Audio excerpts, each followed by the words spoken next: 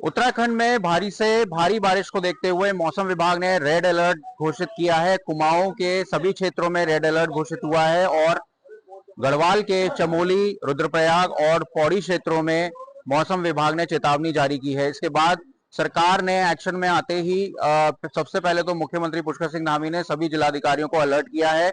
नदी और गदेरे के किनारे रह रहे लोगों को या नदी में स्नान कर रहे लोगों को मौसम विभाग ने चेतावनी जारी की है कि नदियों के पास ना जाएं और आज यात्रा करने से बचें। चारधाम यात्रा के मद्देनजर गढ़वाल आयुक्त ने एक विज्ञप्ति जारी की है। उसमें उन्होंने कहा है कि हरिद्वार और ऋषिकेश के जो ट्रांजिट कैंप हैं वहां पर आज रुके और पहाड़ों की ओर यात्रा ना करें।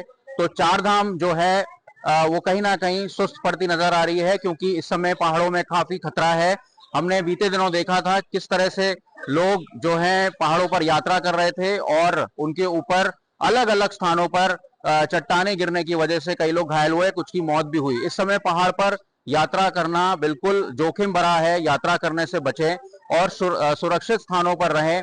पुलिस भी लगातार ये बयान जारी कर रही है। इस समय हम टपकेश्वर मंदिर में मौजूद हैं। ये देहरादून का मशहूर टपकेश्वर महादेव का मंदिर है और यहाँ देख सकते हैं कि नदी तमसा नदी जो टपकेश्वर मंदिर के बीचों बीच बहती है, वहां फिलहाल शांति है।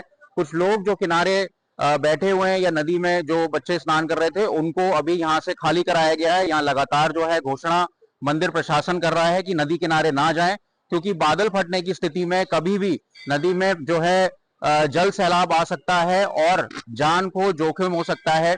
पिछले साल जो है आपको दिखाते हैं, मेरे पीछे भगवान हनुमान की मूर्ति है और उसके नीचे उसके पास में ही एक मंदिर है और पिछले साल यहाँ पर अत्यधिक बारिश की वजह से भगवान हनुमान की मूर्ति क्षतिग्रस्त हो गई थी। नीचे से उनके गधे के पास कुछ हिस्सा क्षतिग्रस्त हो गया था और नीचे का जो मंदिर है माता वैष्णो देवी गुफा योग मंदिर जो है उसके नीचे का क्षेत्र क्षतिग्रस्त हो गया था, जिसे मंदिर प्रशासन जो है उन्होंने बनवाया। और अभी भी आप देख सकते हैं कि वहाँ काफी जो हिस्सा है वो टूटा हुआ पड़ा है।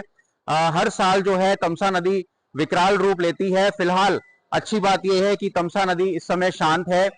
इसके साथ ही उत्तराखंड के अलग अलग क्षेत्रों में लगातार बारिश हो रही है। चमोली में भी भूस्खलन के साथ रास्ता रोक दिया गया था और अभी भी वहां पे कार्य जारी है।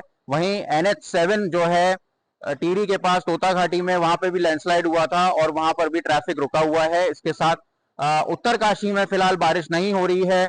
ऋषिकेश में गंगा का जो जल स्तर है वो काफी बढ़ गया है, खतरे के निशान पर है। चमोली, रुद्रप्रयाग और श्रीनगर के पास अलकनंदा नदी जो है वो भी खतरे के निशान के ऊपर बह रही है। इसलिए चेतावनी लगातार दी जा रही है कि नदी के किनारे ना जाएं। वहीं कुमाऊं की अगर हम बात करें तो पिथौरागढ़ में भी काली नदी जो है वो उफान पर बह रही है। इसके साथ साथ नैनीताल में करीब 150 mm के पास जो है वो दर्ज की गई है। हल्द्वानी के जो गदेरे हैं, नाले हैं, वो उफान पर बह रहे हैं। इसी तरह गढ़वाल में, कोटद्वार में भी मालन नदी के पास और कोटद्वार के दूसरे क्षेत्रों में लगातार नदियां जो हैं उफान पर हैं। फिलहाल चेतावनी जारी की गई है और अगले 24 घंटे उत्तराखंड के परिप्रेक्ष्य से मानसून की अगर हम बात करें तो काफी महत्वपूर्ण होने वाले हैं। अगर बारिश तेजी पकड़ती है तो इस समय यात्रा करना या कहीं भी बाहर जाना काफी खतरा हो सकता है। देहरादून से अंकित शर्मा, आज तक।